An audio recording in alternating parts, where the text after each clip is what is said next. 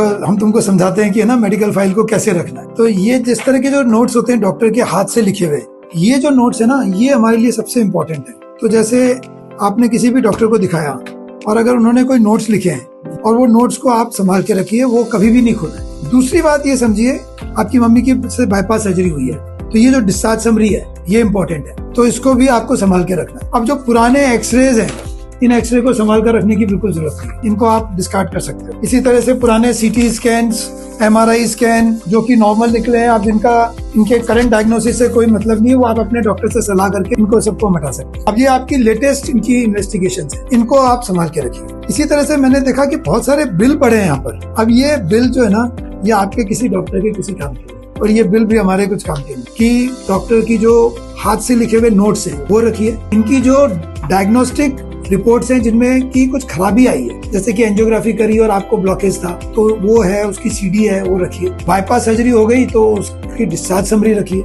और अगर जैसे आपको हमने व्हाट्सएप पे आपने हमसे पूछा और हमने आपको अपडेट किया, तो उसके भी नोट्स बना के रखिए कि हमने इस तारीख को डॉक्टर से कहा था मेरा BP ऊपर नीचे हो गया है और उन्होंने ये कहा, उसको एक कागज पे लिखिए और उसको भी फाइल में रखिए। तो फिर क्या होगा कि आपको समझ में आएगा कि ये सारी चीजें आप हटा सकते हैं। ये CD आपको संभाल के रखना है। ये देखिए इतने सारे बिल्स पड़े हुए हैं। फिर आपको क्या होगा कि आपको पता भी नहीं पड़ेगा कि क्या हमको संभाल के रखना है और क्या नहीं। और सबसे बड़ी बात, आपके घर में सबको पता होना चाहिए कि आपकी मेडिकल फाइल कहाँ है, ताकि जरूरत के समय हम उसको ढूंढ सकें। आपको बहुत शुभकामनाएं।